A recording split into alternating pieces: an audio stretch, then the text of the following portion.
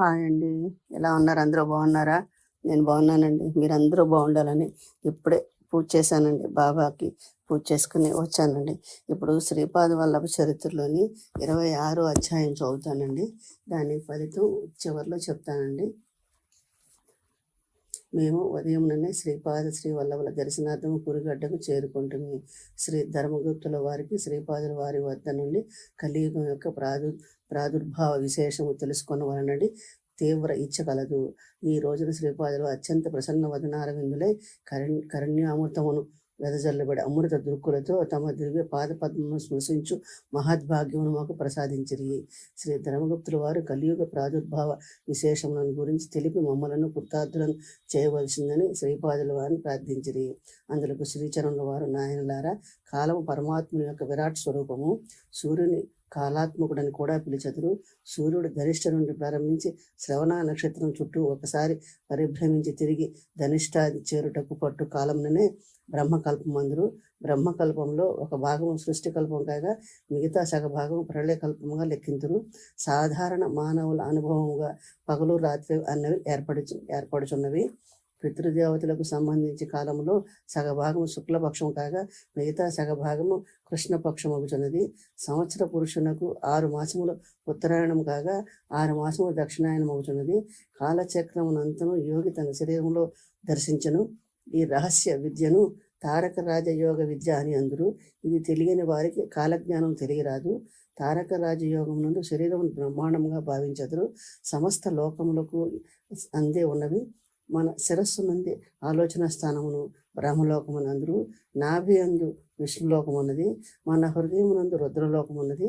పితృదేవతలు మన వీర్య కణములలో జన్యు దేవతలే ఉందురు. ఈ జన్యు దేవతలు మానవ జాతి గత తరముల్లో చేసిన కర్మలను రాబో తరముల వారికి కర్మఫలముగా అనుభవింపచేసెదరు. అట్లయిన గత కర్మల ఫలితములను క్రమ పద్ధతిలో ఆదరించుట కాలము అత్యంత ఆవశ్యకము. కలియుగాంత లక్షణాలు. పితృదేవతలు అనగా చనిపోయిన పెద్దలు కాదు, గతించిన వారి పేరిట మనం పెట్టు శ్రాద్ధ ఫలములను స్వీకరించి చనిపోయిన వారికి ఉత్తమ గతులను కలిగించువారు జన్యు దేవతలు. వీరికి జన్మ అనున్నదే లేదు. యోగి తన శరీరంలోని 6 యోగ చక్రములను బయట సంవత్సరంలోని 6 ఋతువులుగా దర్శించును. సంవత్సరంలో 12 పూర్ణములు 12 అమావాస్యలు కలవు. ఈ 24 పర్వములే గాయత్రి యొక్క చతుర్వింశాంతి ఛందస్సుగా తెలుసుకొనవలెను. కాలస్వరూపుడైన నారాయణుని కొంతమంది సంవత్సర పురుషునిగా ఉపాసించెదరు. ఈ విద్యను ద్వాదశాక్షరి విద్య అని అందురు. ప్రతి మాసమునకు ఒక అక్షరం చొప్పున 12 మాసములకు 12 అక్షరములు కల మంత్రమగును. నదీ నదమును పొంగి అపార నష్టమును కలిగించుట, భూమి నిరంతరము ప్రళయ సదృశ భూకంపములతో గడగడలాడిపోవుట, సూర్య చంద్రాదులు గతులు తప్పుట, పట్టపగలే కారు చీకట్లు కమ్మి సూర్యుడు కనపకుండా పోవుట, ఆకాశమందు భయంకరమైన తోకచుక్కలు కనిపించుట మొదలైనవి కలియుగాంత లక్షణాలను గ్రహించుడు. ద్వాపర యుగం చివరి భాగంలో పశ్చిమ సముద్రంలోని ఒక ద్వీపంలో కలియుగమునకు అధిపతి అయిన కలిపురుషుడు ఘోరమైన తపస్సు చేసినాడు. ఈ విషయములను వ్యాస మహర్షి తన భవిష్య పురాణంలో తెలిపియే ఉన్నాడు. నేర్చి జాతి ఆవిర్భావము. ఎక్కడ చూచినను వేద మంత్రములు, యజ్ఞములు, తపస్సులు ప్రవర్తిల్లుచున్నబడిన కారణమున ఈ కలిపురుషుడు మహా దుఃఖంతో ప్రభు ఎక్కడ చూసినా ధర్మం అగ్నిహోత్రం వల్లే ప్రజ్వలించున్నది. ఇక నా కలి ప్రభావం ఎట్లు విస్తరింపగలను? మీరిచ్చిన వాగ్దానం అనుసరించి నేను ఈ యుగ ధర్మములను వ్యాప్తి చేయవలసి ఉన్నది. నాకు అది అసాధ్యముగానున్నది అని భగవంతుని ప్రార్థించినాడు. అంతటా జగత్ ప్రభు కలికి పశ్చిమ సముద్రం నందు ఒక ద్వీపం చూపించను. అందు మిలేచి జాతికి మూల పురుషుడైన అధముడను అనువానిని హేయవతి అను స్త్రీని చూపించను. ఆ స్త్రీ పురుషులకు విహారార్థం ఒక చక్కని ఉద్యానములను సృష్టించను. వాస్తవనకు వారిద్దరూ తోబుట్టువులు. కానీ సర్పరూపుడై అతడు ప్రవేశించి అక్రమమైన కామాన్ని వారి మధ్య ప్రేరేపించి అక్రమమైన అధమమైన సంతానాన్ని కనమని ప్రోద్బలం చేసెను. వారు పతితులు కాగానే వారి అందరి దివ్యశక్తులు అంతర్ధానమైనవి. ఆ జంట నుండి కలిధర్మానికి మూలమైన మిలేచి జాతి ఆవిర్భవించినది. ద్వాపరయుగంలో చివరి భాగం అనగా 2800 సంవత్సరంలోపు ద్వాపర యుగం అంతమవుతుందనగా మిలేచ్చ దేశంలో వారి సంతతి అభివృద్ధి నుండి ఆరంభించిందని భవిష్య పురాణంలోని పితృసర్గ పర్వంలో తెలియజేయబడినది. నీలాచలం వద్ద సృష్టించబడిన అధముడు హయ్యవతి పాపఫలమైన ఫలాన్ని అనుభవించి ఆర్యధర్మమును దూషించేవారుగాను, నానా భక్షకులుగాను, అనాచారవంతులుగాను ఉండేటి సంతానాన్ని వృద్ధి చేసిరి. నేను కల్కి అవతారం ధరించి కోటాను కోట్ల మంది అధర్మ వర్తనలను నాశనం చేసి తిరిగి సత్యయుగమును స్థాపింపవలసి ఉన్నది. ఇది సుదూర భవిష్యత్తులోనికి నా కార్యక్రమం అని మాకు సెలవిచ్చిరి. శ్రీపాద వల్లభులకు జయము జయము. 26వ అధ్యాయ పఠనం వల్ల దురదృష్టమును పోగొట్టుటకు సత్సంతాన ప్రాప్తికి ఈ అధ్యాయ పఠనం ఎంతో ఉపయోగపడుతుందండి. శ్రీపాద వల్లభ చరిత్రలోని 27వ అధ్యాయం చదువుతానండి. ఇప్పుడు మీరు శ్రవణం చేసి అదే ఫలితాన్ని మీరు కూడా పొందండి. నా ఛానల్ని కూడా సపోర్ట్ చేసి సబ్స్క్రైబ్ చేయండి. పంచదేవ పహాడ్ ప్రాంతమున విరూపాక్ష సందర్శనము. శ్రీ ధర్మగుప్తుల వారు నేను కృష్ణ ఏవలి ఒడ్డుకు చేరితిమి. మధ్యాహ్న సమయం ఆయను. ఆ రోజు గురు సార్వభౌములు వివిధ ప్రాంతములందు ఏకకాలమున భిక్ష స్వీకరించిన పరమ పవిత్రమైన గురువారము. శ్రీపాదుల వారు మమ్మలను పంచదేహ పహాడ్ నందలి రెల్లిగడ్డితో గృహ నిర్మాణం చేయమని. అదియును ఒక రోజులోనే. ఈ ప్రాంతం మాకు పరిచితమైనది కాదు. గృహము నిర్మించిన స్థలము కావాలను, ఆ స్థలమునందు గృహ నిర్మాణం చేటుకు పరిక్రమలు కావాలను, పైన వేటుకు రెల్లిగడ్డి కావాలను, ఇవన్నీ చేటుకు తగిన పనివాండ్రు కావాలను. పంచదేవ పహాడ్ స్థాన విశేషము. దిశానిర్దేశములైన బాటసార్ల వల్లే మేము ప్రాంతమున నెట్టు తిరుగుచుంటిమి. మేము ఒక పొలంలోని ప్రవేశించినవి. పంట కాపు తన పశువుల నిమిత్తం గోశాల నిర్మించుండెను. యజమాని కూర్చొని ఉండుటకు తగిన స్థలమునందు ఎత్తైన ప్రదేశమున ఒక గద్దె ఏర్పాటు చేయబడుచుండెను. ఆ స్థల యజమాని మమ్మల్ని సాదరంగా ఆహ్వానించి భోజనమిడెను. మేము ఆకలిగొని ఉన్నాము. సోదర భోజనం చేయవచ్చునా లేదా అన్న సందేహంతో ఉన్నాము. ఆ యజమాని, ఓహో, మా పశువులను దొంగిలించి వేరు ప్రాంతములను దమ్ముకొని తిరిగి ఇచట పశువులు ఏమైనా ఉన్నవేమో తోలుకొని పోవదమనడి దుర్బుద్ధితో వచ్చిన మీకు శూద్ర భోజనం చేయవచ్చున అని విచిత్రమైన సందేహము కలిగినది అని మాతో కరుకుగా పలికెను. మాకు విషయం అర్థమైనది. ఆ యజమాని మమ్మల్ని దొంగలుగా భావించుండెను. మేము బలవంతంగా భోజనం చేసేది. ప్రసంగవశమున అతని పేరు విరూపాక్షుడు తెలిసినది. భోజనానంతరము మమ్మల్ని ఇద్దరిని చెరి ఒక చెట్టును కట్టివేసిరి. నేను బీద బ్రాహ్మణుడను, యాచనచే జీవించేవాడను. నా వద్ద ధనమేమీనూ లేదు. నేను ధర్మగుప్తుల వారి వద్ద ధనమున్నది. అతడు తన సేవకులతో వీరి వద్ద ధనమంతేను లాగివేయుడని ఆదేశించను. శ్రీపాదుల వారి ఊహాతీత దివ్య లీలలు మా యథార్థములను వారికి చెప్పినను ఫలితం లేదని తోచినది. ఆ స్థల యజమాని ఆజ్ఞల మేరకు మేము బందీలమై దిక్కుతోచిన స్థితిలో నుంటిమి. ఇంతలో అతడికి కొంతమంది మైలారులు వచ్చిరి. మైలారుల్లోని గంగా కావిళ్ళ వారని ఒక తెగ కలదు. వీరు శ్రీ వాసవి కన్యకా పరమేశ్వరి పీఠములను తెచ్చుచుందురు. వీరు త్రిపురాండము ధరింతురు. జయగంటలను చేతపుచ్చుకొని శ్రీ కన్యకా పరమేశ్వరి దేవుని స్తుతించుట పాటలను పద్యములను పాడుచుందురు. ఈ గంగా కావిళ్ళ వారు బిందులను కావిళ్ళ యందు ఉంచుకొని వివాహాది శుభకార్యములప్పుడు శ్రీ వాసవి మాత జయంతి సందర్భములప్పుడు వచ్చుచుందురు. వీరు కాక వీరమూష్లను వారు ప్రభలను కట్టి భాగమునందు కట్టుకుని జయ జయ ధ్వానముతో జయగంటలను చేతులందు ధరించి ఉందురు. ఆ ప్రభల యందు ఖడ్గములు, కవచములు, ఇంకను ఎన్నో విధములైన రణంగ చిహ్నములు కనిపించుచుండును. ఆ ప్రదేశమున మైలారులతో పాటు వీరముష్లను కూడా వచ్చిరి. విష్ణువర్ధన మహారాజు సైనికులు శ్రీ వాసవి మాతకి భక్తులే బాలానగరులతో కలిసి విష్ణువర్ధను ఇదే సైనికులతో యుద్ధము చేసిరి. శ్రీ వాసవి మాత భక్తులైన ఆ సైనికుల కుటుంబంలోని వారిని వీరముష్లు అందరు. ఆనాడు వారు తమ ధన మాన ప్రాణములను పవిత్ర యుద్ధమునకు ధారపోసిన కారణమున వైశ్య ప్రభులు కార్యక్రమాలందు వారిని సత్కరించుందురు. ఆ పంట కాపులు మైలారులకు వీరముష్లను భోజనం పెట్టించి సత్కరించును. తదుపరి మమ్మల్ని గోశాల నిర్మాణంలో పాలు పంచుకోవాల్సిందని కోరెను. మేము వల్లి అంటమి. పన్ని అంతైన తదుపరి విరూపాక్షుడు నన్నును ముష్టిలో ముష్టి వీరముష్టి అన్న ఏమో తెలియనా అని ప్రశ్నించను. మాకు తెలియదంటిమి. మాకు సాయంత్రము కూడా భోజనం పెట్టబడును. ఆ రాత్రికి మేము అక్కడ ఉన్న గో సంపదను కాపలా కాయచు అచటనే పడుకొనవలసిన శాసించను. తదుపరి తమ సేవక బృందంతో అతడు వడలిపోయాను. ఆ రాత్రి మేము ఇద్దరము శ్రీపాదుల వారి నామస్మరణము లీలాస్మరణము చేసితిమి. ఉదయం లేచిన తదుపరి గోశాలలోని గోవులు గాని ఎడ్లు గాని లేకుండాను గమనించితిమి. ఆ చుట్టుపక్కల నుండి పంట కాపులు ఈ భూమిని ఎంత ధరకు కొని ఉంటరి అని అడిగిరి. మేము నిన్న సాయంత్రం జరిగిన విషయములను చెప్పితిమి. వారు మేము చెప్పిన విషయం నమ్మక మమ్మలను పిచ్చివాళ్ళ వల్ల లెక్క వేసిరి. ఏది సత్యము ఏది అసత్యము అన్నది తెలియలేని విషయమై ఉండెను. ఇంతలో ఒక గంతకుడు వచ్చెను. అతడు శ్రీ వాసవి కన్యక వైశాఖ శుద్ధ దశమి నాడు జన్మించినదా, సప్తమి నాడు జన్మించినా అని ప్రశ్నించెను. ధర్మగుప్తుల వారు శ్రీ వాసవి మాత దశమి నాడు జన్మించిందనియు, దశమి నిండు తిథి అనియు, ఆనాడు శుక్రవారం అనియు తెలివిరి. ఆ జవాబు విన్న వెంటనే మా ఇద్దరిని పిచ్చివాళ్ళు కురుగడ్డలో పని పాట లేకుండా కూర్చొని ఉన్న పిచ్చివాని వద్దకు పోవచ్చున్నారా అని ప్రశ్నించెను. ఆ ఆగంతుకుని ప్రవర్తన మాకు అభ్యంతరకరముగా తోచినది. ధర్మగుప్తుల వారు ఇట్లండ్రి, ఆ ఆగంతుకుడు అభ్యంతరకరముగా మాట్లాడినను మన కర్తవ్యమును బోధించినాడు. మనం వెంటనే కురుగడ్డకు పోవాలను. మేము పడవలో గురుగడ్డకు ప్రయాణమైతిమి. పడవవానికి ఇచ్చుటకు నా వద్ద కానీ ధర్మగుప్తుల వారి వద్ద కానీ ధర్మమేమీ లేదు. ఆ పడవవాడు ప్రస్తుతం మిమ్మల్ని క్షమించి వదిలివేయుచున్నాను. పడవ నెక్కుటకు ముందే మీ వద్ద ధనం ఉన్నదో లేదో తెలుపవలసిన ధర్మం మీది అని గద్దించెను. పడవ వాని దృష్టి ధర్మగుప్తుల వారి పై పడెను. వారి చేతికున్న ఉంగరమును పడవవాడు తీసుకొనెను. ఆ ఉంగరమును అతడు తన వద్ద ఉంచుకొనక కృష్ణలో విసిరివేసెను. మేము కురుగడ్డకు చేరుకుని శ్రీపాదుల వారు కృష్ణలో స్నానమాచరించి వచ్చి యోగనిష్ఠులు నుండి శ్రీపాద వల్లవులకు జయము జయము. 27వ అధ్యాయ పఠనం వల్ల విషమ పరిస్థితులందు దైవ సహాయం లభిస్తుందండి. 28వ అధ్యాయం చదువుతానండి. దీని ఫలితం నేను చివరిలో చెప్తానండి. వాసవి నగరేశ్వరుల వృత్తాంతము. విష్ణు, మహావిష్ణు, లక్ష్మి, మహాలక్ష్మి, సరస్వతి, మహాసరస్వతి, కాళి, మహాకాళి స్వరూప వర్ణనలు.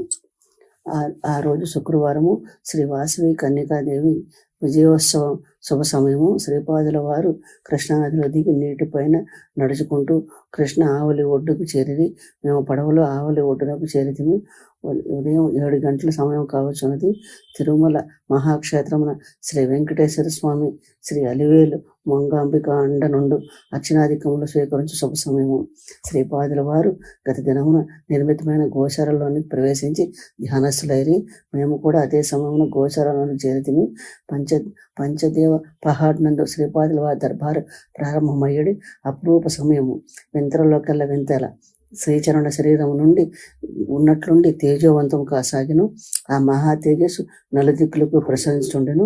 వారి శరీరము ప్రాకృత శరీరముగా కనపడక తేజోమూర్తిగానే దర్శనమేసాగను. వారు గోశాల నుండి బయటకు వచ్చి సాధారణంగా వారి ఛాయ భూమిపై పడేది. ఆ రోజు మాత్రం వారి ఛాయ భూమి మీద పడటలేదు.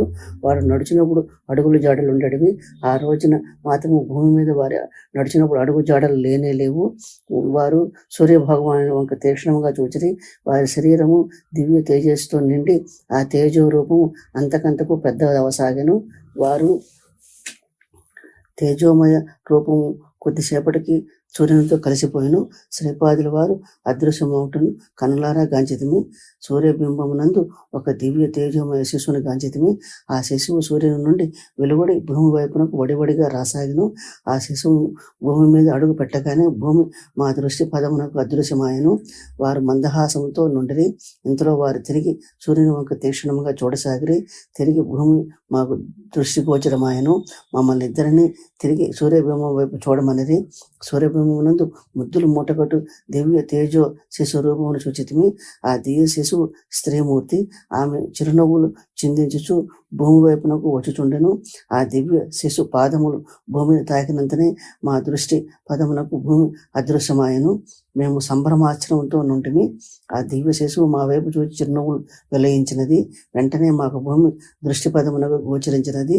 సాధారణంగా ఆ స్త్రీమూర్తిని శ్రీపాది వారు ఎత్తుకొని శ్రీపాదుల వారి 16 వర్షముల ప్రాయము గలవారుగా నుండి ఆ దివ్య శిశువు 3 వర్షముల ప్రాయము గలదిగా నుండెను. శ్రీపాదుల వారిని ఆమె ఎంతయో పోలి ఉండెను. ఆమె పట్టు పుట్టములను దివ్యాభరణమును ధరించి ఉండెను. శ్రీపాదుల వారును ఆ దివ్య శిశుమూర్తియును తిరిగి గోశాలలోనికి ప్రవేశించిరి. నేనును ధర్మగుప్తుల వారును ఆ అద్భుత దృశ్యములను ఆశ్చర్యముతోనూ సంభ్రమముతోనూ భయముతోనూ వీక్షించుచుంటమి. నా మనస్సులో ఒక సందేహం పడినది. ఇది అంతే ఇంద్రజాల మహేంద్రజాలము కాదు కదా. నా భావను కనిపెట్టిన శ్రీపాదుల వారు వెంటనే మేఘ గంభీర స్వరమున ఇట్లంటి ఓయే శంకరభట్టు, ఇది ఇంద్రజాల మహేంద్రజాలం ఏమీ కాదు, ఇది నా స్వభావము. నా దివ్య ప్రకృతి. నేను సంకల్పించిన మరుక్షణమే మన్ను మిన్నుగా మారును. నేను ఏది సంకల్పించినా నా భావనలకు అనుగుణముగా బ్రహ్మ సృష్టి కావించును. అప్పుడు సృష్టిలో రకరకములైన అభివ్యక్తములు కావించబడుచుండును. అదృశ్యముగా నున్న ప్రకృతి శక్తులు సాకారమగును, సగుణముగాను సృష్టి రూపమున వ్యక్తీకరించబడుచుండును. నేను బ్రహ్మ స్వరూపుడనుట్లో బ్రహ్మకు సృష్టి ప్రేరణను ఇచ్చువాడని అర్థము. ఈ సృష్టింపబడిన సమస్త జీవులు సృష్టి జాతమును కొంతకాలం వరకు స్థితి ఉంచబడును. అది విష్ణు స్వరూపమును చేయు పని. విష్ణువునకు ప్రారంభించి మహావిష్ణువుని నేనే. సరస్వతి వేరు, మహాసరస్వతి వేరు. సరస్వతి సృష్టికి సంబంధించిన జ్ఞాన స్వరూపము. మహాసరస్వతి ఆ సరస్వతి స్వరూపమునకు ప్రేరణను శక్తిని వసంగడి అనఘా స్వరూపము. సృష్టి యొక్క స్థితి కారణమైన వస్తు సమృద్ధి లక్ష్మీ స్వరూపము.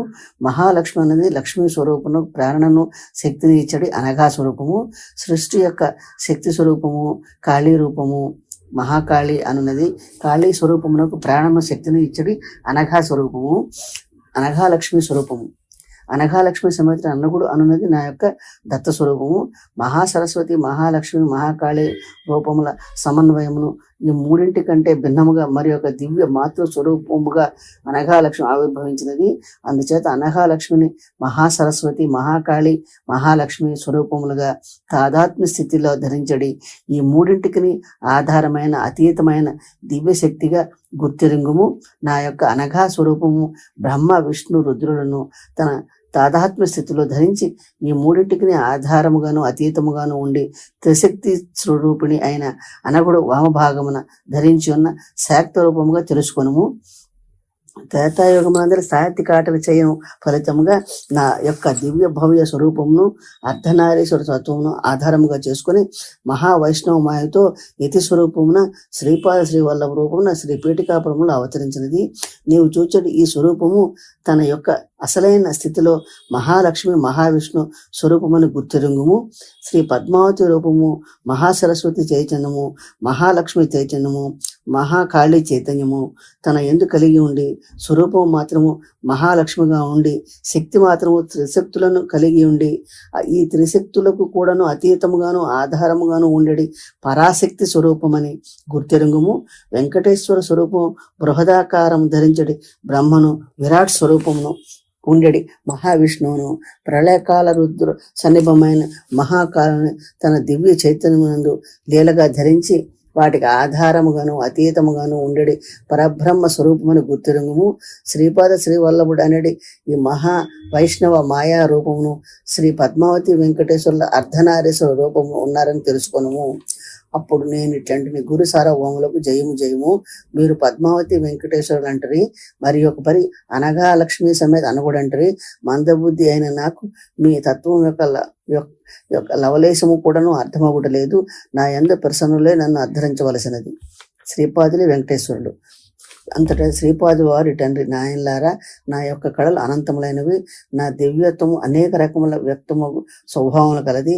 మహాలక్ష్మిను పద్మావతిను మూలతః ఒకే తత్వమైనను ఆమె మహాలక్ష్మిగా తత్వమును స్వీకరించినప్పుడు ఆమెకు ప్రభుతత్వముగా మహావిష్ణువు నా నుండి ప్రభుత్వము ఆవిర్భవించినది. ఆమె పద్మావతిగా తత్వమును స్వీకరించినప్పుడు నేను నా నుండి వెంకటేశ్వర ప్రభుతత్వమునే ఆవిర్భింపజేసేదను. సగుణ సాకారములను తత్వములు ఆవిర్భవించినప్పుడు వాటికి తగిన మర్యాదలను, లోకోపచారములను, పరిమితులను తప్పక అనుసరించి తీరవలను. నా దివ్య సహోదరి అయిన శ్రీ మహాశక్తి కృష్ణావతార సమయమునందు యోగమావిగా ఆవిర్భవించి అంతరిక్షంలో వెడలిపోయినది. మహాతపస్సులైన యోగులు, మహర్షులు, వైశ్యమునులు ఘోర తపముచే ఆమెను వాసవి కన్యకగా ఆవిర్భవింపజేసిరి. కొన్ని ప్రత్యేక కారణముల వల్ల నేను పీఠికాపురం అవతరించవలసి వచ్చినది. జరగబో కార్యక్రమం కనునాళ్ళ వీక్షింపుడు. నా అవతార తత్వమును దివ్య వినోదభరితమైన లీలా విశేషమును మీకే అవగతము కాగలదు. నాయన శంకర భట్టు, ఈ పంచదేవ పహాడ్ నందలి ఈనాడు జరిగిన లీలా విశేషములను చరితాముతో ఉన్నది ఉన్నట్లుగా నీవు చూచినట్లు లిఖింపుము. ఇది భవిష్యత్ తరముల వారికి స్ఫూర్తిదాయకముగా నుండును. అనేక తీవ్ర సందేహములను విచ్ఛేదనము చేయును. నూతనమైన శక్తి, భక్తి, ఉత్సాహములను ఆస్తికులకు కలిగించును. మీ విరువు దిగ్భ్రాంతులైతిమి. చూచుచుండగానే శ్రీపాద శ్రీవల్లభుల వారు రూపము దివ్య తేజో రూపమును దాల్చి అందుండి శ్రీ పద్మావతి దేవిను వెంకటేశ్వర చుట్టూ ఆవిర్భవించింది. శ్రీపాద వల్లభులకు జయము జయము. 28వ అధ్యాయ పఠనం వల్ల యోగ్యమైన పెండ్లి సంబంధములు కుదురును. యోగ్యమైన పెళ్లి సంబంధములు కావలసిన వాళ్ళు, పెళ్లి జరగవలసిన వాళ్ళు ఈ అధ్యాయాన్ని పఠిస్తే ఫలితం ఉంటుందండి. 29వ అధ్యాయం చదువుతానండి. దీనివల్ల ఈ అధ్యాయ పఠనం వల్ల ఫలితం నేను చివరిలో చెప్తానండి. శ్రీపాదుల దివ్యోపదేశము. మేము కురుగడ్డ చేరి శ్రీపాదుల వారి దర్శనం చేసుకున్న తరువాత వారి ఆజ్ఞ మేరకు వారి సన్నిధానమున కూర్చుంటమి. శ్రీపాదుల వారు ఇటు సెలవిచ్చిరి. శ్రీపాదుల వారు అనన్య శరణ్యులను తప్పక రక్షించెదరు. నాయనలారా, నిన్నటి దినమున జరిగిన శ్రీ వాసవి జయంతోత్సవమును కనునగాంచిన ధన్యులైనారు. నాకు దేశకాలమును చేతుల్లోని ఆటబంతులు ఎక్కడో జరగవలసిన, జరుగుతున్న, జరగబోయేటి సంఘటనలను భూతకాలంలోనికి కానీ, వర్తమాన కాలంలోనికి కానీ, భవిష్యత్ కాలంలోనికి కానీ మార్చగలను. మీరు ఎంత ప్రయత్నించను అంతము లేని ప్రయాణముగా కనపడినట్లు దేశకాలంలో శాసించగలను. మీ యొక్క చైతన్య స్థాయిని బట్టి నేను అర్థమవుచుందును. సర్వధర్మములను పరిత్యాగం చేసి మీ అంతర్యామి రూపంలో నన్ను శరణుజొచ్చినడలా, నా ఆదేశం ప్రకారం మీరు కర్మను ఆచరించడలా మీ సర్వభారములను నేను వహించి మిమ్మల్ని ఒడ్డునకు చేర్చగలను.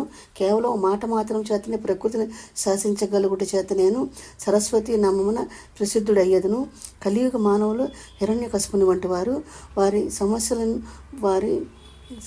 సమస్యలు, భావములు, ఆలోచనలు, విధానములు చాలా సంక్లిష్టములు. వారి ప్రకృతి విజ్ఞానం నందు భౌతికంగా ఎంతో పరిణామం పొంది హిరణ్యకశిపుని వంటి వరములను ప్రకృతి మాత నుండి పొందెదరు. వాటి అన్నిటినీ అనుగుణముగా ప్రహ్లాదుని వంటి నిరపరాధులైన భక్తులను సంరక్షించుటకు నేను ఈ కలియుగమున నరసింహుని వంటి అవతారమున ధరింపవలెను. అందువల్ల నరసింహ సరస్వతి అనే పేర మరొక దివ్య అవతారమును ధరించి గంధర్వపురమున విఖ్యాతునయ్యదనని శ్రీపాదుల వారు సెలవిచ్చిరి. తదుపరి శ్రీపాదుల వారు ధ్యానస్థులైరి. మమ్మల్ని కూడా ధ్యానంలో నుండమనిరి. శ్రీపాదుల వాళ్ళకు జయము జయము. 29వ అధ్యాయ పఠనం వల్ల పితృదేవతల ఆశీర్వచనం లభిస్తుందండి. 30వ అధ్యాయం చదువుతానండి. ఈ 30వ అధ్యాయ పఠనం వల్ల ఫలితం చివరిలో చెప్తానండి. నేను చదువుతానండి, మీరు శ్రవణం చేసి మీరు అదే ఫలితాన్ని పొందండి. శ్రీపాదుల శ్రీవల్లభుల మహా సంస్థానము ఏర్పడునని శ్రీపాదుల వారు స్వయంగా తెలుపుట. జీవులకు 64 చైతన్య స్థాయిలు కలవు. నాద సాంప్రదాయం వారు ఈ 64 చైతన్యముల యందు తాదాత్మ్య స్థితి నుండి జీవులు నిద్రించుటకు 64 శాంబర తంత్రముల సహాయమునందెదరు. నాద సాంప్రదాయమునకు ఆది గురువు శ్రీ దత్తాత్రేయుడే. మీ ఎదుట ప్రత్యక్షంగా ఉన్న ఈ శ్రీపాద శ్రీవల్లభుల రూపము సాక్షాత్తు ఆనాటి దత్తుడే. చదరంగమునందు 24 గదులు కలవు. మహావిష్ణువు శ్రీ మహాలక్ష్మితో వైకుంఠమ చంద్రంగం అనేది వినోద కేడిలో ఉన్నాడని చెప్పుటలోని అంతరార్థము ఈ 64 చైతన్య స్థానంలో ఉన్న రకరకముల జీవుల జీవన వికాస పరిణామ క్రియలను సాక్షిభూతముగా దర్శించుచు వాటి పరిణామ దశలో యథోచితముగా అనుగ్రహమును ప్రసాదించుచు దివ్య వినోదమును ఉన్నాడని అర్థము. మానవుడు దివ్యాత్ముడవుటకు కావలసిన యోగ్యతలు. మానవుని శరీరంలోని చైతన్య స్థానాన్ని బట్టి వారి యొక్క పరిణామ వేగం ఆధారపడి ఉండును. జీవుడు దివ్యాత్మగా మారి తీరవాలనే నిత్య విశ్వమానసం యొక్క అనుంగనీయమైన శాసనము. ఆ స్థాయిని బట్టి మానవులు ఆచరించే యోగ పద్ధతులు, మంత్ర జపములు, యజ్ఞ యాగాది క్రతువులు, కర్మ కార్యాలు మొదలగు వాని వలన వారి శరీరంలోని ఆత్మజ్యోతి యొక్క ప్రకాశం ఆధారపడి ఉండును. ఆ ప్రకాశమునకు అనుగుణముగానే నాడీ శుద్ధి జరుగుచుండును. నాడీ శుద్ధి స్థాయిలని బట్టి మానవుల యందు అనేక రకముల శారీరక, మానసిక, ఆధ్యాత్మిక శక్తులు సంప్రాప్తించుచుండును. ఆయా శక్తుల వికాసం జరిగినప్పుడు వారు చేయి ధర్మకర్మలను బట్టి దైవానుగ్రహం ఉండును. శంకరభట్టు భవిష్యత్తులో నా మహా సంస్థానమున శ్రీ పీఠికాపురంలో నా జన్మస్థానమునందు ఏర్పడనని తెలియము. శ్రీ పీఠికాపురం, శ్యామలాంబాపురము, వాయసపురము, అగ్రహారము కలిసి మహాపట్టణమగును. ఆ మహా సంస్థానం నందు దర్శనము నిమిత్తం వచ్చు వారులు చెమల బారుల వలె ఉందురు. కలియుగమును చాలా చాలా వింతలు జరుగుతున్నవి. వశిష్ఠుని అంశ జన్మించిన ఒక మహాసాధకుడు శ్రీపాద శ్రీవల్లభుల మహా సంస్థానమునకు పూజారిగా నియమించబడును. వానితో నేను జరుపు దివ్య లీలలకు అంతమే లేదు. క్షణక్షణమును దివ్య లీలాభరితముగాను దివ్య వినోదభరితముగాను ఉండును. శ్రీపాదుల వారు దివ్య మందహాసమును చూచుటకు 1000 జన్మలైన చాలవు. శ్రీపాద వల్లభులకు జయము జయము. ఈ 30వ అధ్యాయ పఠనం ఉజ్వల భవిష్యత్తుకి ఈ అధ్యాయ పఠనం చేయాలండి. 31వ అధ్యాయం చదువుతానండి. దశమహావిద్యల వర్ణనము. మేము ప్రతిరోజు సాయంకాలం శ్రీపాదుల వారి ఆజ్ఞ గైకొని కృష్ణ ఏవలి ఒడ్డుకు వచ్చుచుంటిమి. తిరిగి ఉదయకాలమున అచ్చటకు చేరుకుంటుమి. శ్రీ మహాగురువుల ప్రసాద రూపముగా నవ్య నూతన యోగ విశేషములను అనేక దివ్య రహస్యమును తెలుసుకొనిచుంటిమి. నేను శ్రీదేవి దత్తు దశమహావిద్యా రూపముగా ఉపాసించబడిని వినియుంటిని. శ్రీ చరణులను దశమహావిద్యా స్వరూపమును ఎరిగించమని వేడుకొంటిని. శ్రీ గురు సార్వభౌములిట్లు సెలవిచ్చిరి. నాయన్లారా, శ్రీ విద్యోపాసన అత్యంత శ్రేష్టమైనది. పూర్వకాలమున హయగ్రీవుని కృప వలన అగస్త్యుడు శ్రీ విద్యను గ్రహించును. అతడు దాన్ని తన సహధర్మచారిణి అయిన లోపాముద్రాదేవికి తెలిపియుండెను. ఆ లోపాముద్రాదేవి శ్రీ విద్యకు సంబంధించిన అంతరార్థములను అగస్త్యునికి తెలిపియుండెను. ఈ రకంగా లోపాముద్రాదేవి అగస్త్యుడు గురువాయను. మరొక విధముగా అగస్త్యునకు లోపాముద్రాదేవి గురువాయను. ఇది కళంగడు విచిత్రము. లోపాముద్ర అగస్త్యుల చరిత్ర. అగస్త్యుని తపశక్తి మూలముననే విదర్భరాజునకు కుమార్తె లభించను. ఆమెకు లోపాముద్ర అని పేరిడిరి. అగస్త్యుడు ఆమెను వివాహమాడగోరెను. విదర్భరాజునకు సంకట పరిస్థితి ఎదురాయను. కన్యను ఈయనని అన్నచో ఆ ముదుసలి తపస్వి శపించునేమో అని భయపడెను. ఈడు జోడు ఏమాత్రము లేని ఈ వివాహమును జరుపుటకు మానుటయా అని అతడు ఒక రకమైన విసుగుకు లోనయ్యను. రాజు తన కుమార్తెను సంప్రదింపగా ఆమె అగస్త్యుని కొరకే తాను జన్మించిననియు ఆయననే వివాహమాడదని చెప్పెను. వివాహమైన పిదప నాచరను ధరించి ఆ రాజకన్యక తన భర్తతో తపోభూమికి వెడలెను. లోపాముద్రాదేవికి శ్రీ విద్యను అగస్త్యుడికి బోధించును. కొంతకాలము ఆయన తదుపరి ఆమెను పొందగోరెను. అంతటా ఆమె అగస్త్యునితో, నాథ, లలితా రూపమును ఉపాసించి నేను లలితా స్వరూపిణి అయితిని. మీరు శివస్వరూపులైనడల కానీ మీతో పొందు జరగని పని అని చెప్పాను. అగస్త్యుడు ఘోరమైన తపస్సు చేసి శివస్వరూపుడాయను. అంతటా ఆమెను పొందగోరెను. ఆమె, నాథ, నేను రాజకుటుంబం జన్మించితిని. క్షత్రియోచితములైన విలువైన ఆభరణములు, పట్టుపుట్టములను, సమస్త విధములైన భోగభాగ్యములు కలిగిన కానీ మీతో పొందు నాకు అసాధ్యము. కావున నేను చెప్పిన వస్తు సంచయమును జరిగిన కానీ సంసారము సౌఖ్యమును నాతో అనుభవించుటకు ధర్మయుక్తము కాదు. అంతేకాదు మీరు కూడాను పట్టుపుట్టములు, దివ్యాభరణములు, సమస్త దుగంధ ద్రవ్యములను ధరించి కానీ నాతో పొందు కోరుట అయుక్తమని చెప్పాను. విశేష ధన సంచయం నిమిత్తము అతడు ఇల్విలుడను రాక్షసుని కడకు పోయి అతడి సోదరుడైన వాతాపిని మాయోపాయం చేత జీర్ణం చేసుకొని ఆ రాక్షసుని వద్ద నుండి విశేష ధనమును పొంది తన భార్య కోరికను తీర్చి యోగ్యమైన సంతానమును పొందెను. ఇల్విలుడు వాతాపియును ఇద్దరును సోదరులు. వాతాపి మేకరూపము ధరించును. ఇల్విలుడు మేకరూపము వధించి వచ్చిన అతిథికి భోజనముడును. భోజనమైన తదుపరి ఇల్విలుడు వాతాపి బయటికి రమ్మని పిలుచును. అతని అతిథి పొట్ట చీల్చుకుని బయటకు వచ్చును. ఆ అతిథిని తిరిగి ఇద్దరు రాక్షసులు ఆహారముగా గైకొందరు. అగస్త్యుడు మేక మాంసం తినిన పెదప ఇల్విలుడు వాతాపి బయటికి రమ్మని పిలిచెను. అయితే అగస్త్యుడు జీర్ణం వాతాపి జీర్ణం అనెను. అగస్త్యుడి సంకల్పం మేరకు వాతాపి జీర్ణమైపోయెను. తాను ఇచ్చిన మాట ప్రకారం అగస్త్యునకు విశేష ధనరాశులను ఇచ్చెను. లోకులకు వాతాపి ఇలువుల బాధ తప్పినది. అగస్త్యుడు ఒక పరి సమస్త సముద్రములను నీటిని తన కమండలములో ఆకర్షించి త్రాగివేచెను. అగస్త్య మహర్షి వింధ్యాచలుని గర్వమణిచెను. దక్షిణ దేశంలో నీటికి మహాశబ్దరూపమున ఉన్నాడు. అతడే అరవ భాషను కనుగొనెను. అనేక చోట్ల ఆలయం నిర్మించి నేను కలికి భగవాన్ అవతారంలో వచ్చినప్పుడు పరశురాముని వల్ల అగస్త్యుడు కూడా ఒక గురువుగా ఉండెను. దేవి దశమహావిద్యలలో ప్రథమ రూపము కాళి. మహాకాళి సమస్త విద్యలకు ఆది. ఆమె యొక్క విద్యామయ విభూతులనే మహావిద్యలందరూ. ఒకానొక సమయం నందు హిమాలయమునందు గల మాతంగ మున్యాశ్రమమునందు దేవతలు మహామాయను స్తుతించిరి. అంబిక మాతంగ వనితా రూపమును దర్శనమిచ్చినది. కాటుకు రాశి వలె కృష్ణవర్ణమునందు ఉండుటచే ఆమెను కాళీనామం ఏర్పడినది. శంభు నిశంభులను రాక్షసులను వధించినది. కాళీ నీల రూపము అగుట వలన తారానామమును కూడా వ్యవహరించబడుచున్నది. అనేక సంవత్సరముల కాలమునకు కానీ ఫలించిన యోగ మార్గ సాధన కొద్ది రోజులలో మాసములలో సాధించవలన కాళీ ఉపాసన చేయుదురు. అయితే సాధనా కాలంలో కాళీ శక్తిని తన శరీరంలోకి ఆకర్షించుకున్నప్పుడు యోగికి దుర్భరమైన అగ్ని సదృశమైన మంటలు, బాధలు అనుభవించవలసి ఉండును. దశ మహావిద్యలో రెండవ రూపము తార. ఈమె సర్వదా మోక్షము ప్రసాదించినది, తరింపు చేయనిది కావున తారానామమును విఖ్యాతమైనది. ఈమెను నీల సరస్వతి నామమును కూడా పిలిచెదరు. భయంకరమైన విపత్తు నుండి ఈమె భక్తులను రక్షించున్నది కావున ఈమెను ఉగ్రతారా రూపమును కూడా యోగులు ఆరాధించెదరు. వశిష్ఠ మహర్షి గొప్ప తారా ఉపాసకుడు. చైత్ర శుద్ధ నవమి రాత్రిని తారారాత్రి అని పిలిచెదరు. దశమహావిద్యలలో 3వ రూపము చిన్నమస్త. ఇది అత్యంత గోపనీయమైనది. దేవి ఒకనొక పర్యాయం తన సకురాండ్రైన జయ విజయాలతో మందాకిని నదికి స్నానార్థం వెళ్ళినది. స్నానం చేసిన తదుపరి ఆమె క్షుద్బాధ పీడితులై కృష్ణవర్ణ అయినది. ఆమె సకురాండ్రు ఆమెను భోజన విషయమై అడిగిరి. కృపామయురాలైన దేవి ఖడ్గంతో తన శిరస్సును ఖండించుకొనగా ఖండిత శిరస్సు ఆమె వామహాసమున పడినది. ఆమె కబంధ నుండి 3 రక్తధారలు ప్రవహించినవి. 2 రక్తధారలను ఆమె సకురాండ్రు పానము చేయగా 3వ రక్తధారను స్వయముగా దేవి పానము చేసినది. ఆ రోజు నుండి ఆమె చిన్నమస్త నామమున విఖ్యాతమైనది. హిరణ్య కశ్యపాదుల ఈ చిన్నమస్తాదేవి ఉపాసకులే. దశమహావిద్యలో 4వ రూపము షోడశి మహేశ్వరి. ఈమె హృదయము దయా ప్రపూర్ణము. ఈ తలని ఆశ్రయించిన వారికి జ్ఞానం అన్నది కరతలామనకము.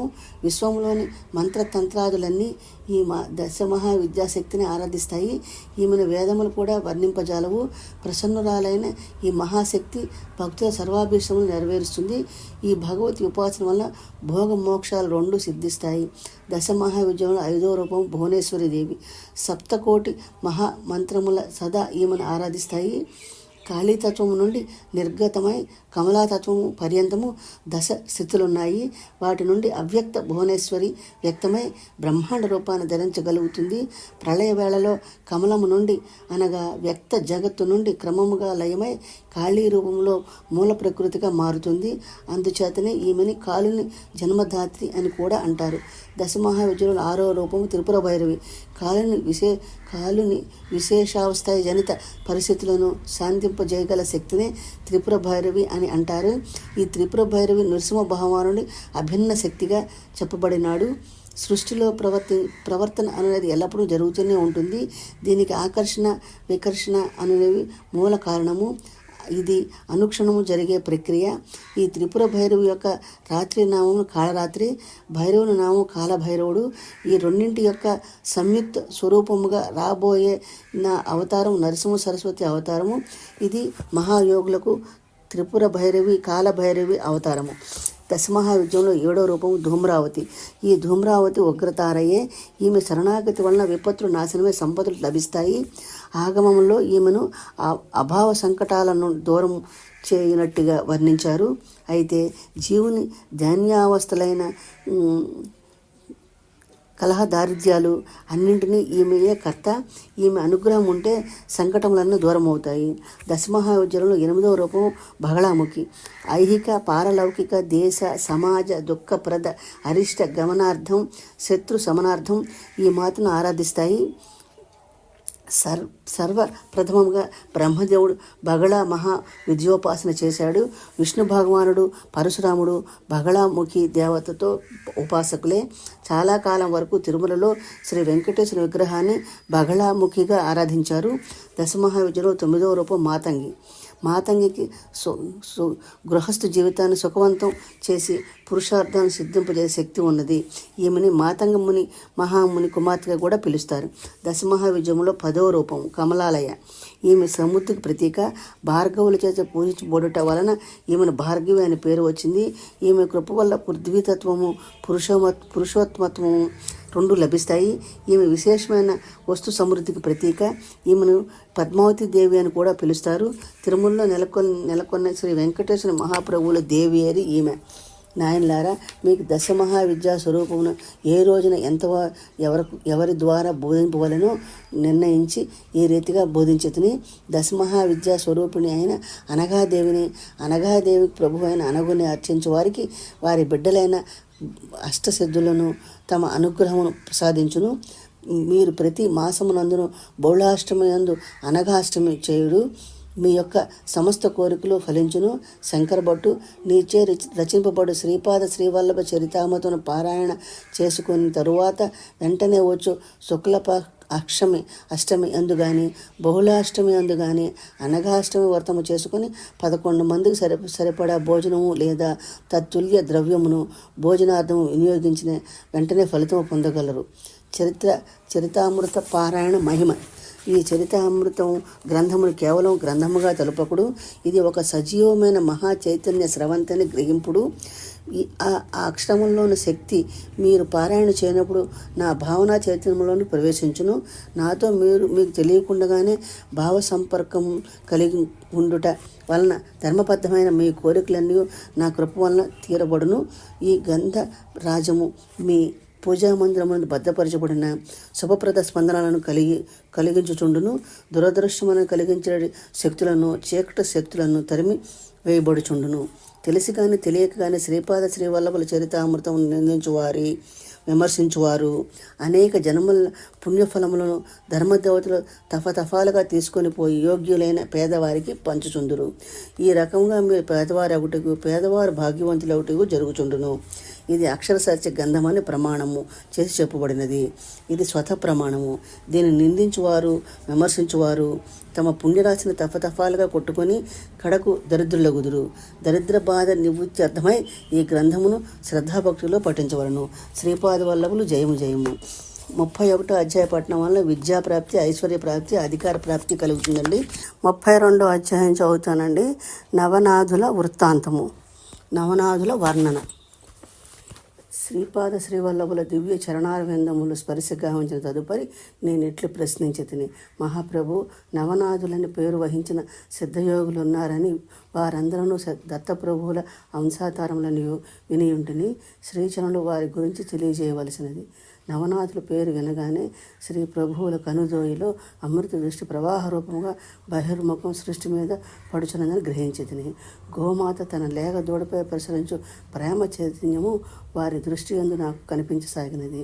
వారు సంతుష్టా తరంగులై ఇట్లండ్రి, నాయనలారా, మత్స్యేంద్రుడు, గోరక్షుడు, జలంధరుడు, గహని, అడ్బంగుడు, చౌరంగుడు, భర్తరి, చట్పరుడు, నాగనాథుడు అనేవారు నవనాథులు. వీరి స్మరణ మాత్రమే శుభఫలములు సిద్ధించును. నవనాథులను స్మరించు వారిపైన దత్తప్రభు యొక్క కరుణా కటాక్షము తప్పక ఉండును. ఈ కలియుగము కొద్ది వర్షములకు ప్రారంభం ముందు శ్రీకృష్ణుడు ఉద్దవాది మహాభక్తులతోనూ సమస్త యాదవులతోనూ పర్యవేక్షించబడి నవనాథులను నేడు పిలువబడు నవనారాయణులను స్మరించను. వృషభ చక్రవర్తికి 9 కుమారులు కలరు. వారిలో నారాయణాంశ సంభవులైన 9 మందిని నవనారాయణులు అందరు. 1 కవి, 2 హరి, 3 అంతరిక్షుడు, 4 ప్రబుద్ధుడు, 5 పిప్పలాయనుడు, 6 అవిర్హోత్రుడు, 7 ధ్రువీలుడు, 8 చవనుడు, 9 కరభాజనుడు. వీరందరూ నవదూత స్థితిలో నుండి సిద్ధపురుషులు. నా ఆజ్ఞ మేరకు కృష్ణావతారమును చేసిన వాగ్దానం మేరకు ధర్మ సంస్థాపన కార్యక్రమం నిర్వహించుటకు నవనాథులుగా వారు ఈ భూమి మీద అవతరించరి. కవి అనేవాడు మత్స్యేంద్రుడిగా జన్మించను. వీనికి శిష్యుడుగా హరి అనేవాడు గోరక్షుడని పేరుతో జన్మించను. అంతరిక్షుడు అనేవాడు జాలంధరుడు నామధేయంతో అతనికి శిష్యుడుగా ప్రబుద్ధుడు కానిఫా అనే పేరుతో జన్మించను. పిప్పలాయనుడు చర్పటనాథుడు అని పేరుతో జన్మించను. అవిర్హోత్రుడు నాగేశనాథుడు అని పేరుతో జన్మించను. ధ్రువీలుడు భర్తరీనాథుడు అని పేరుతో జన్మించను. చవనుడు రేవణానాథుడు అని పేరుతో జన్మించను. కరభాజనుడు గహనీనాథుడు అనే పేరుతో జన్మించను. సృష్టి యందు ఒకానొక కారణము బ్రహ్మదేవుని వీర్యము స్థలనం మందుట జరిగిన. ఆ వీర్యము నుండి అనేక స్థలములందు అనేక ఋషులు జన్మించిరి. వ్యాస మహర్షి భవిష్య పురాణంలో చెప్పి ఉన్నాడు. ఉపరిచనుడను వసువు ఒకడుండెను. అతను ఓర్వశిని చూసి మోహించను. అతని వీర్యము ద్రవించి యమునా నదిలో పడెను. దాని మీనము తాగెను. మత్స్యము నుండి మత్స్యేంద్రనాడు అనే వాడుగా జన్మించను. శివుడు మన్మధుని తన ఎల్లాటగ్నితో భస్మం మనరింపగా ఆ భస్మం నందు సూక్ష్మ రూపమున మన్మధుని యొక్క ఆత్మీయుండెను. బృహద్రుడును రాజు యజ్ఞము నిర్వహించినప్పుడు ఆ యజ్ఞకుండము నందుండి జలంధరనాథులు ఉద్భవించెను. రేవానది యందు అనగా నర్మదా నది యందు పడిన బ్రహ్మ వీర్యము నుండి రేవణ స్థితిలో జన్మించను. కొంత బ్రహ్మ వీర్యము ఒక నాగసర్పము శరీరమున పడినది శిరమున. అది భక్ష్య పదార్థమని తలచి దానిని తినుట వలన గర్భవతి అయినది. జనమేజయుడు సర్పయాగము చేయనప్పుడు ఆస్తికుడైన మహర్షి జన్మించబోయు ఆ మహాసర్పము నాశనము కాకుండా తక్షకుని కుమార్తె అయిన పద్మిని నాగకన్యను ఒక పెద్ద మర్రి చెట్టు త్వరలో దాచెను. ఆ గర్భస్థ పిండమునందు అవిర్హోత్రుడని వాడు జన్మించవలసి ఉన్నది. ఆ గ్రుడ్డును ఒక మర్రి చెట్టు త్వరలో ఉంచి తక్షకుని కుమార్తె స్వస్థానంలోకి వెళ్ళినది. అందుండి వటసిద్ధనాథుడను పేరు అవిర్హోత్రుడు అవతరించను. మత్స్యేంద్రుడు దేశ సంచారం అనరించినప్పుడు సంతానహీనురాలైన ఒక స్త్రీకి కొంత భస్మమును మంత్రించి ఇచ్చెను. అది విశ్వాసము లేక ఆ భస్మమును పంట దెబ్బలో పారవేచినది. ఆ భస్మము నుండి శక్తివంతమొకటిచే అందుండి గోరక్షనాథుడని ఉద్భవించను. పార్వతి వివాహ సమయమందు పురోహితుడిగా ఉన్న బ్రహ్మదేవుడు పార్వతీ రూపము చూచి మోహితుడిచే అతని వీర్యము సేవించను. అతని సిగ్గుపడి ఎవరికీ తెలియకుండా కాలి మడమతో ఆ వీర్యము రుద్దగా అది 60,000 భాగములే అందుండి వాలకీల్యులను 60,000 మంది మహర్షులు జన్మించిరి. దానిలో కొంత భాగం మిగిలి విండుడిచే అక్కడ అది పెంటగా మార్చబడి భగీరథి నదిలో పడుట తట్టసించను. అది క్రమంగా నదీ తీరమునందలి రొల్లు దెబ్బలో పడి చిక్కుకొని పోయినది. దానిలో పిప్పలాయన ఆత్మ ప్రవేశించి చర్పట్నాథుడు అన్న పేరుతో నవనాథుడు జన్మించను. కౌళికుడు మహర్షి ఒకడు తన పర్ణశాల నుండి భిక్షార్థము పోవచ్చు తన భిక్షపాత్రను పర్ణశాల బయట ఉంచెను. అదే సమయంలో సూర్యుని రేతస్సు దానిలో పడును. అది మహర్షి గ్రహించి దాని నచ్చటనే భద్రపరచను. భర్తరి అనగా భిక్షాపాత్రగాన దాని నుండి జన్మించిన కారణమున భర్తరీనాథుడు జన్మించను. హిమాలయ పర్వతమునందలి ఘోరారణ్యమునందు ఒక దిగ్గజం నిద్రించుండెను. బ్రహ్మదేవుడు సరస్వతిని చూచి మోహించుటచే అతని వీర్యము ద్రవించుటయు అది దైవాంశమున నిద్రించుచున్న ఆ గజము చెవిలో పడుటయు తటసించను. దాని నుండి ప్రబుద్ధుడనేవాడు దశ నుండి గజకర్ణము నుండి జన్మించుట చేత కానిఫా అనే పేరుతో నవనాథుల్లో ఒకడే ప్రసిద్ధిగాంజను. గోరక్షుడు సంజీవిని పర్వతమును జపించుచు మట్టిలో మనుష్యాకారంగా ఒక బొమ్మను తయారు చేయుట తటసించను. అటువంటి బొమ్మ యందు కరభాజనుడు సంజీవిని మంత్రం మహత్యముచే జీవదశ నుండి గహనీనాథుడని పేరు అవతరించను. శ్రీకృష్ణుని ఆదేశానుసారము ఈ నవకృష్ణులు నవనారాయణులు మందర పర్వతం తమ స్థూల శరీరమును భద్రపరిచి సమాధి చేసి తమ అంశాల చేత భూలోకమున నవనాథులుగా అవతరించి ధర్మ సంస్థాపన కార్యక్రమంలో పాలు పంచుకొనిది. అంతటా నేను ఇట్లాంటిని గురు సార్వభౌములకు జయము జయము. నవనాథుల యొక్క అవతారములు నవకృష్ణుల యొక్క అంశావతారములు ఉంటుంది. నవకృష్ణులకు నవనాథులకు వ్యత్యాసం ఉన్నదా ప్రభు అని ప్రశ్నించను. శ్రీపాదుల వారు మందహాసము చేయుచు మా ఇద్దరి వంకను దివ్య భ్రమతో కూడిన దుక్కులను ప్రసరించిరి. నాయనలారా, సమస్త సృష్టి యొక్క మహాసంకల్ప స్వరూపం నేనే. సమస్త దేవీ దేవతలకు వచ్చడి సంకల్పములు నా యొక్క మహాసంకల్పం యొక్క అంశమాత్ర సంకల్పములు. ఆ అంశమాత్ర సంకల్పములకు కొంతమేరకు మాత్రము స్వతంత్రం ఉండును. ఒక ఆవును వంట కాపు చెట్టునకు కట్టివేయును. చాలా పొడవైన తాడుతో బంధించును. ఆ తాడు పోగలిగినంత దూరం వరకే మాత్రమే ఆ ఆవు మేతను మేయగలుగుచుండును. అనగా ఆ ఆవుకు మేత మేయుటకు కొంత నిర్ణీతమైన పరిమితమైన ప్రదేశం కలదు. ఆ పరిమితులకు లోబడి అది మేత మేయవచ్చును. అనగా దానికి ఇవ్వబడిన పరిమితమైన స్వేచ్ఛ, దానికి ఇవ్వబడిన స్వేచ్ఛా ప్రదేశము అందు తనకు ఇచ్చవచ్చిన రీతిగా అది మేత మేయవచ్చును. ఆ పరిధులను దాటి మేత వేయవలన పంటకాపు అనుమతి ఇదిగా ఉండి తీరవలను. అచ్చట నున్న మేత అయిపోయినప్పుడు పంటకాపు దానిని వేరొక చోట చెట్టునకు కట్టివేయుటయో లేక అదే చెట్టు కట్టినను తాడును పెద్దదిగా చేసి కట్టుటయో చేయను. అదే విధముగా కొన్ని ధర్మ కర్మ సూత్రములను లోబడి అంశాతరములకు స్వేచ్ఛ ఇవ్వబడును. అందువలన సంకల్పం మూలతత్వం నుండి వచ్చును. దానిని అమలు చేయు బాధ్యత అంశాతరములకు ఇవ్వబడును. ఏదైనా సమస్యలు ఉత్పన్నమైనప్పుడు అంశావతారములు మూలతత్వమునకు ఈ ఆవేదనలను తీసుకుని వచ్చేదరు. మూలతత్వం నుండి అనుగ్రహమును తీసుకుని వచ్చి జీవులకు శ్రేయస్సును కలిగించెదరు. మానవులకు ఉండునట్లు రాగద్వేషములు అహంకారాది దుర్గుణములు అంశాతరములకు లేకపోవటం వలన మూలతత్వం ఏ కార్యక్రమాలను చేయి సమర్థమవుచుండునో అంశావతారములకు కూడా అదే కార్యక్రమం చేయగలుగుచుండును. అందువలన జీవులకు సంబంధించిన వరకు అంశావతారములకు పూర్ణావతరముగా వచ్చినను వ్యత్యాసమేమీ ఉండదు. శ్రీపాద వల్లభులకు జయము జయము. 32వ అధ్యాయ పఠనం వల్ల సద్గురు కటాక్షం కలుగుతుందండి. ఈ అధ్యాయాన్ని మీరు కూడా, నేను చదివాను కదండి, మీరు శ్రవణం చేసి అదే ఫలితాన్ని పొందండి. 33వ అధ్యాయం చదువుతానండి, మీరు దాన్ని శ్రవణం చేయండి. శ్రీపాదుల వారే స్వయముగా రమణి నరసింహరాయుల వివాహము జరుపుట. మేము శ్రీపాదుల వారి ఆజ్ఞను గైకొంటిమి. శ్రీపాదుల వారు, నాయనలారా, మీరు ఇచ్చట నుండి బయలుదేరి శ్రీ పిఠికాపురమునకు పొండు.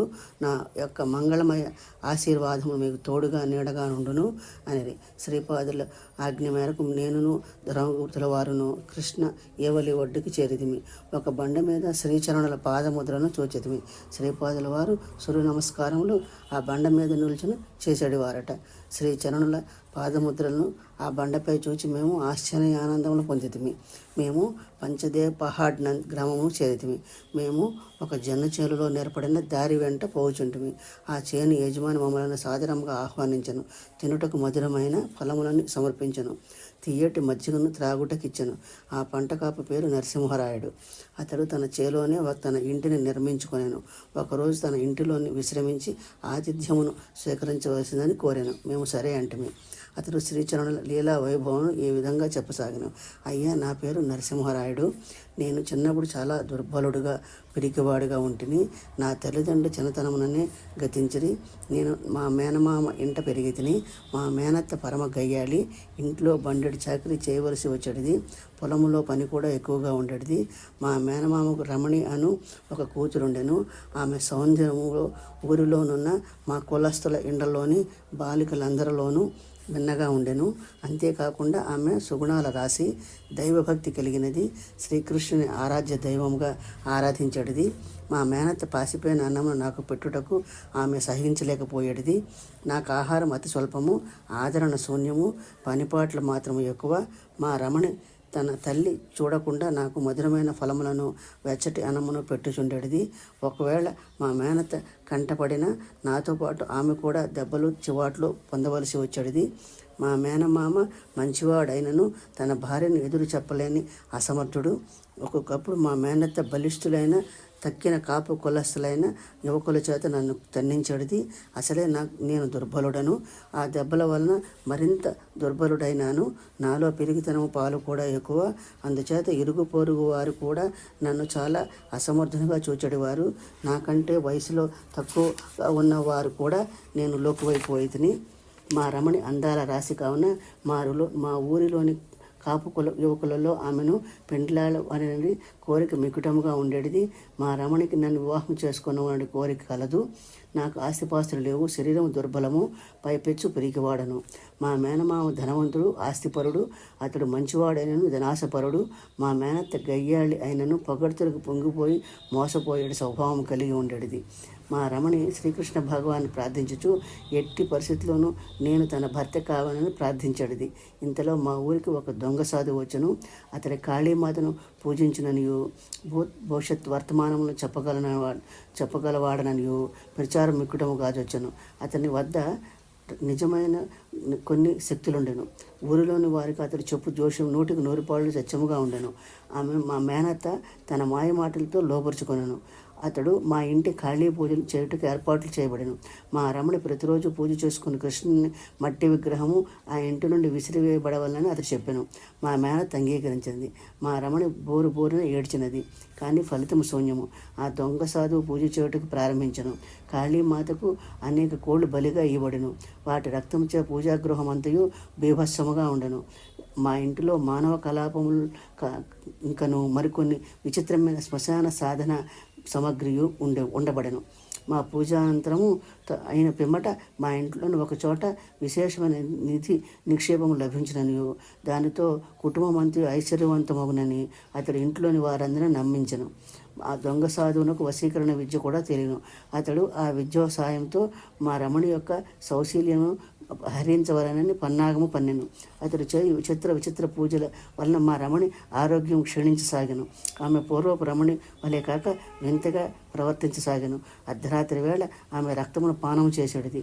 మేకలను కోళ్లను వధించి ఆ రక్తమును ఆమెకు ఇచ్చుచుండిరి. ఆమె అన్నమునకు బదులుగా రక్తమును మాత్రమే తాగుచుండెను. దొంగ సాధు ఆమెతో కాళీమాత ప్రవేశించినదనియు అందువలన రక్తము తాగుచున్నదనియు కాళీమాత తొలగిపోగానే ఆమె మామూలు మనిషి అగుననియు రక్త తర్పణము లేనిదే కాళీ శాంతించదనియు నిధి నిక్షేపం లభించవనియు నమ్మబలుకుచుండెను. ఇల్లు అంతయును నానా బీభత్సముగా నుండెడిది. ఉన్నట్టుండి ఆహార పాత్రలు నూతిలో పడిపోయిచుండెను. ఇంతలో అక్కడక్కడ మానవ అస్థిపంజరములు కూడా కనబడుచుండినవి. అర్ధరాత్రి వేళ వింత వింత ఆకారములు గోచరించి భయంకరమైన ధ్వనులు చేయుచుండెను. మా ఇల్లు అంతేను శ్మశాన భూమి వలె ఉండేది. మా మేనమామ దొంగ సాధు ఇంటి నుండి వెడిలిపోమ్మని చెప్పుటంతటి ధైర్యం కలవాడు కాడాయను. మా మేనత్త కొద్ది రోజులు ఈ కష్టములు ఓర్చుకున్నడల నిధి నిక్షేపం లభించును కదా అని ఆశపడుచుండేది. మొత్తం పరిస్థితి అంతయు అయోమయముగాను అస్తవ్యస్తముగాను ఉండెను. ఒకనొక రాత్రి సమయమున ఆ దొంగ సాధు మా రమణని సమీపించను. ఆమె వశీకరణకు లోనే ఉండుట వలన తన కోరిక నెరవేరు తీరునని అతడు భావించను. అతడు తనను సమీపించగానే మా రమణ బిగ్గరగా అరిచి మహాభయంకరముగా ఒక ఇనుప వస్తువును తీసుకుని అతని తలపై బాధెను. ఆమె ఈ విధముగా ఎందుకు చేసినదో ఆమెకు తెలియదు. తన వశీకరణ ఉన్న వ్యక్తి ఇంత హఠాత్తుగా ఎలా ఈ విధంగా ప్రవర్తించినో దొంగ సాధువుకు తెలియదాయను. శ్రీపాదుల ఆర్తత్రాణ పరాయణత్వము. తెల్లవారుగానే తదుపరి ఒక బేద బ్రాహ్మడు యాచకుడు మా ఇంటికి వచ్చాను. మా రమణ ఇంటి బయటికి వచ్చి మా ఇంట్లోని భూత ప్రేత పిశాచములు చాలా ఉన్నవనియో మీకు కావాలన్నా వాటిని భిక్షగా స్వీకరించవచ్చునని చెప్పాను. ఆ బ్రాహ్మణుడు వల్లే అనను. అతడు వదనార విందు ప్రశాంతముగాను ఉజ్వలముగాను ఉండను. ఇంతలో మా మేనమామ బయటికి వచ్చి, అయ్యా, మా ఇంట్లో అస్తవ్యస్త పరిస్థితులు ఉన్నవి, నీకు కావాలన్నా ఆ పరిస్థితులను సృష్టించే దుష్ట శక్తులను దానముగా గైకొనవచ్చునని చెప్పాను. ఇంతలో మా మేనత్త బయటకు వచ్చి భిక్షనిచ్చుటకు మా ఇంట ఏమీ లేదు, మా ఇంట దరిద్రమును నీకు కావాలన్న భిక్షగా స్వీకరింపను. నేను కూడా ఇంట్లో నుండి, స్వామి, మా వద్ద మా తాత ముత్తాతల కాలం నుండి వచ్చుచున్న వెండి తాయెత్తు ఒకటి కలదు, మీకు సమ్మతమైన ఎడల దాన్ని భిక్షగా స్వీకరించవచ్చును. నేను వెండి తాయెత్తును భిక్షగా ఇచ్చితిని. ఇంతలో దొంగ సాధు అప్పుడే శ్మశానం నుండి కొన్ని మానవ కలాపములు తెచ్చను. అతడు వికటకారముగా పోయి, బడుగు బాపడ, నీవు వలయుననుచో ఈ మానవ కలాపము భిక్షగా స్వీకరించవచ్చు అనెను. అతడు వల్లి అనెను. ఇంతలో మా ఇంటిలో దివ్య ప్రకాశం ఒకటి కాననాయను. ఆ వచ్చిన బ్రాహ్మణుడు అదృశ్యుడాయను. ఆ దివ్య ప్రకాశం వలన దొంగ సాధువునకు ఒళ్ళంతయు మంటలు కలగనారంభించను. ఆ ప్రకాశము నందలి ఒక కిరణము మా రమణలో ప్రవేశించను. ఆమె స్వస్థురాలయ్యను. మా మేనత్త పక్షపాతము వచ్చి మాట పడిపోయాను. మా మేనమామకు విపరీతమైన వణుకు పుట్టెను. నాకు విపరీతమైన ధైర్యం కలిగాను. నా శరీరంలో ఏదో నూతన శక్తి ప్రవేశించి నేను ఎంతో బలశాలినని అనిపించినది. మాంత్రికునకు నోటి వెంట రక్తదాడులు వెడలి వానిలో ఉన్న సర్వశక్తులు ఉడిగిపోయాను. ఆ దివ్య ప్రకాశం మానవ రూపం ధరించినది. ఆ దివ్య భవ్య స్వరూపము ఆర్తత్రాణ పరాయణుడును, సమస్త దేవీ దేవతా స్వరూపుడును, ఆది మధ్యాంతరహితుడు అయిన శ్రీపాద శ్రీవల్లభుల వారిది. శ్రీచరణుట్లు నిజముగానే కాళీమాత విధ్వంసం చేయనది సాధకునిలో దాగి ఉన్న కామ క్రోధాది రాక్షస శక్తులను, అంతేగాని ఆమె కోళ్ళు మేకలు మొదలగు వాటిని కోరదు. ప్రాణమయ జగత్తునకు చెందిన రాక్షస శక్తులు కాళికా రూపము ధరించి రకరకాల బలిదానములు కోరుచుండును. అసలైన కాళీమాతకు ప్రేమ, శాంతి, దయ మున్నగు శుభలక్షణములు ఉండును. మానవ ప్రాణమయ జగత్తులోని రాక్షస శక్తులు, అసురు శక్తులు, భూత ప్రేతాదులు మేము ఫలానా దేవతలమని చెప్పుకొని క్షుద్ర విద్యలను ప్రదర్శించును. క్షుద్ర మాంత్రికులు వాటిని ఉపాసించుచు లోకమునకు ఎంతో ఉపద్రవములను కలిగించుచున్నారు. ప్రాణమయ జగత్తులోని రకరకమైన ప్రేతాత్మలకు కూడా దేవతా శరీరములకు ధరించి శక్తి కలదని గ్రహింపుడు. అయితే ఆయా దేవతా రూపముల అందులో దైవశక్తులు మాత్రం ఉండవు. ధర్మం అనుకంటినప్పుడు నేను అవతరించదనని అభయం ఇవ్వబడినది. ఆ అభయం అనుసరించే ఈ శ్రీపాద శ్రీవల్లభుల అవతారం వచ్చినది.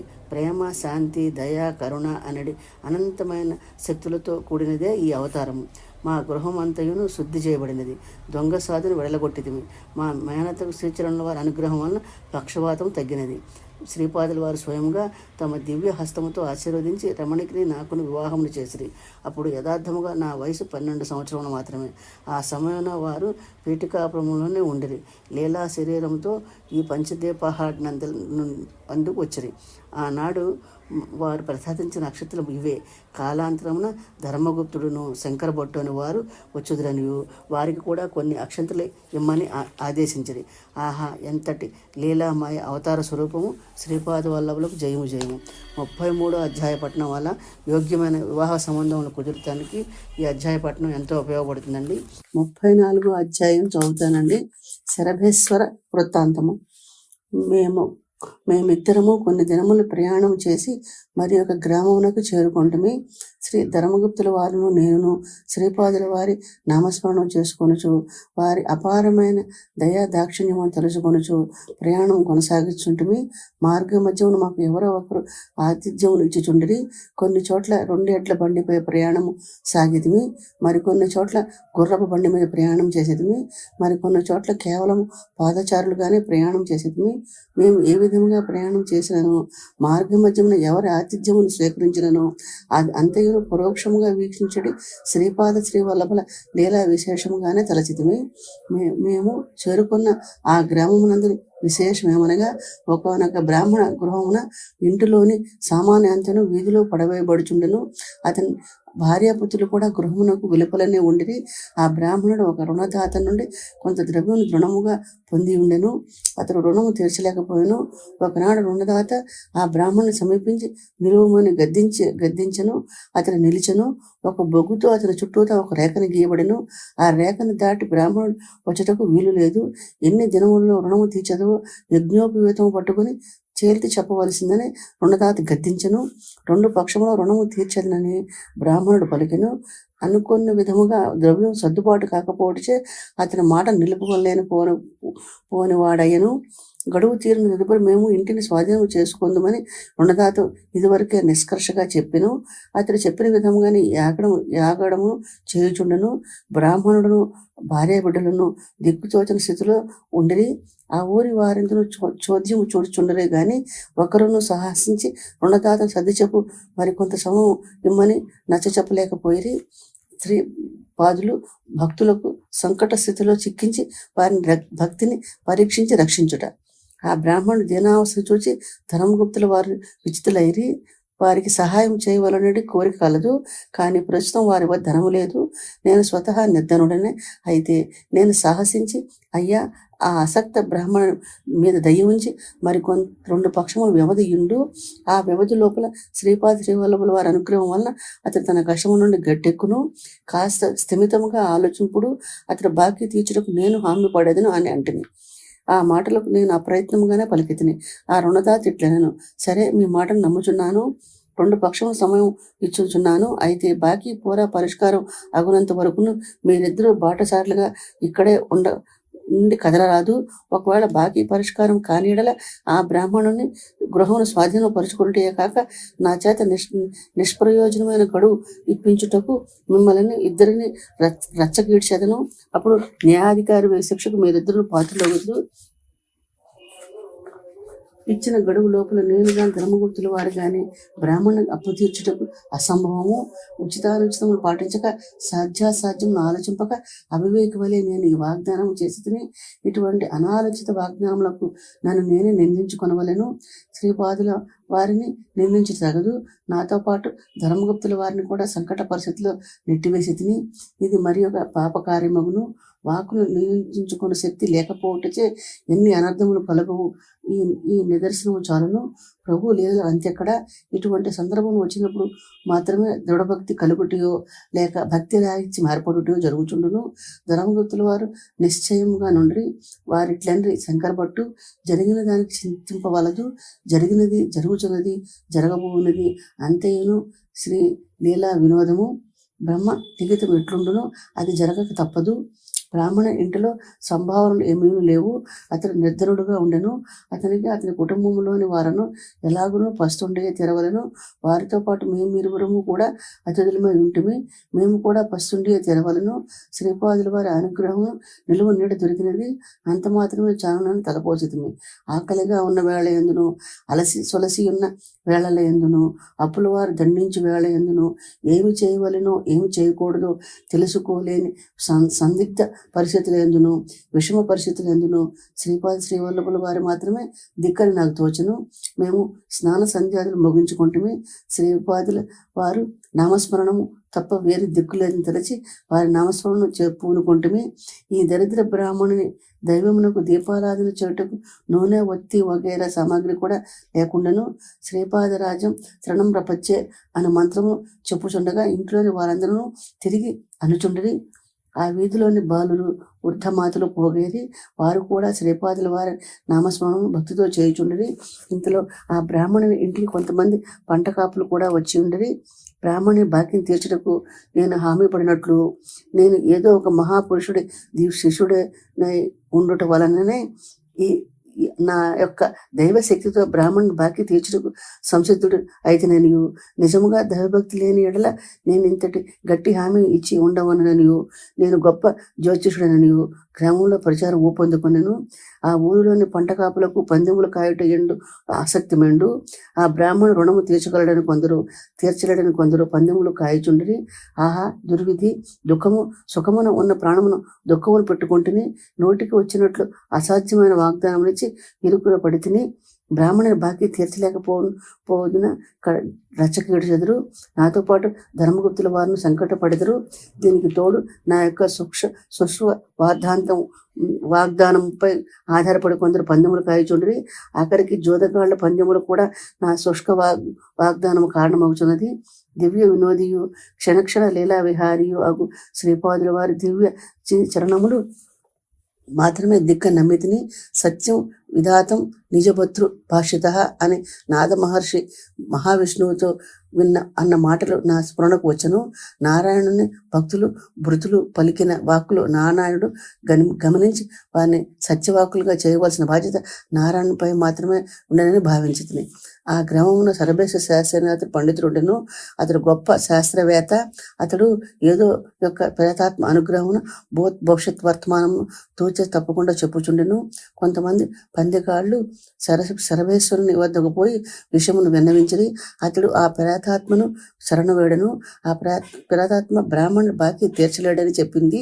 దీనితో పందెములు జోరు మరింత హెచ్చను. గ్రామంలోని పందెంగాళ్ళు వంటకాపులు నూర్ల కొలది వరహాములు పందెములు కాయొచ్చిరి. సర్వేశ్వర శాస్త్రి గొప్పవాడా, శంకర శాస్త్రి గొప్పవాడా అనే విషయంలో ఈ పందెములు నిశ్చయించబడినని పందెగాళ్ళు ఉత్సాహంతో పందెములు కాయచుండరి. శ్రీపాద ప్రభు ఆఖరికి నన్ను సోదగాళ్ల మధ్య నిలిపితివి, రచ్చకీర్చబడుటకు సిద్ధము చేసితివి. లేనిపోని ఆశలను కల్పించి ఈ భేద బ్రాహ్మణుని కడగండ్ల పాలు చేయదలచితివి. ధర్మస్వరూపులైన ధర్మగుప్తుల వారు కూడా సంకటముల పాలు చేయదలచితివి. ఈ దివ్య లీలా వినోదం యొక్క అంతరార్థం ఏమిటో నాకు అవగతము అవుటలేదు. అంతంత మాత్రం చదువు కలవాడనైనా నేను ఏమాత్రము ఆధ్యాత్మిక శక్తి లేని వాడను, జ్యోతిష మహావిద్యలను ఎరంగని వాడను, జపతపములు యోగాభ్యాసములు కఠినమైన నియమ నిష్టలు లేనివాడను, కుతూహలమైన శ్రీపాదుల వారి దివ్య చరిత్రమును వ్రాయుటకు సంకల్పించి తిని అందులకు తగిన ఏమాత్రం అర్హత లేని వాడనో నన్ను ఎట్లు కాపాడి ఉద్ధరించదవో నీ ఇష్టము అని ప్రార్థించతిని. మొండివాడు రాజు కన్నా బలవంతుడని సామెత నాలో మునుపు ఎన్నడూ లేని ధైర్యము చిగురింపసాగను. కానున్నది కాకమానదనియు శ్రీపాదుల వారు నన్ను ఏదో విధముగా ఉపాయంచే ఉద్ధరించదరనియు దృఢముగా విశ్వసించితిని. సర్వేశ్వర శాస్త్రికి ఒక చెల్లెలుండెను. ఆమె కూడా అదే గ్రామమున నివసించుచుండెను. ఆమెకు ఉషకాలమున ఒక స్వప్నము కలిగెను. ఆ స్వప్నంలో ఆమెకు మికుటముగా జ్వరము వచ్చినట్లును, ఆమె యొక్క భర్త మరణించినట్లును, ఆమె వైధవ్యం కలిగినట్లును ఆ స్వప్నం యొక్క సారాంశము. ఆమె తన అన్నగారైన సర్వేశ్వర శాస్త్రిని స్వప్న ఫలితము గురించి ప్రశ్నించెను. సర్వేశ్వరుడు తన ఉపాసించు ప్రేతాత్మను ఈ విషయమే అడిగను. అంతటా ఆ ప్రేతాత్మ ఆమె భర్త దేశాంతరం నందున్నాడనియు, మార్గ మధ్యన దొంగలు అతని భయపడి ధనము దోచుకొని అతను చంపివేసిరని చెప్పెను. ఆమె కన్నీరు ముందుగా విలిపించుండెను. ఇంతలో పందెగాళ్ళు ఆమె ఇంటికి చేరి మన గ్రామంలో శంకరపొట్టనడి మహానుభావుడు ఒకడు అరుదించిననియు, అతని ఘటనాఘటన సముద్రనియు, శ్రీపాద శ్రీవల్లభులనడి గొప్ప దైవమును అతడు ఆరాధించుచుండెననియు, అతని వలన సత్య వివరణము పొందవచ్చునను తెలియజేసిరి. ఆమె ఇంతకు పూర్వం ఎన్నడూనూ తన అన్న కంటే గొప్పవాడైన పండితుని గురించి వినలేదు. మొట్టమొదటిసారిగా తన అన్నను మించిన పండితుడి గురించి విని ఆ మహాభావుని తన బాధను వివరించి ఆశీర్వాదం పొందగోరింది. ఆమె మేమున్న ఇంటికి తీసుకుని వచ్చింది. అన్న, నా మాంగళ్యంను కాపాడము అని ఆమె నన్ను దీనముగా ప్రార్థించను. నా హృదయంలో ఎంతగానో చెలించిపోయినది. శ్రీపాదుల వారి నుండి వివాహ సమయమున పంచతే పహాడ్ నందిలి పంట కాపునందు మంత్రాక్షతలు నా వద్ద కొన్ని ఉండెను. నాలో ఏదో దివ్య స్మరణ కలిగినది. సాక్షాత్తు శ్రీపాదుల వారి నుండి ఇవ్వబడిన మంత్రాక్షతలు గనుక ఈమె మాంగళ్యం కాపాడబడిందని నాకు స్మరించను. అమ్మ, ఈ మంత్రాక్షతలను నీవు తీసుకునుము. ఇవి పసిడి అక్షతలు. వీటిని నీ పూజాగృహమునందు భద్రపరుచుకునుము. నీ భర్త 10 రోజుల్లో నిన్ను చేరును. ఇది సత్యము అని పలికెను. సర్వేశ శాస్త్రికి పందెములు కాయు పంట కాపులకు ఈ వర్తమానం అందినది. అతడు అగ్గి మీద గుగ్గిలమాయను.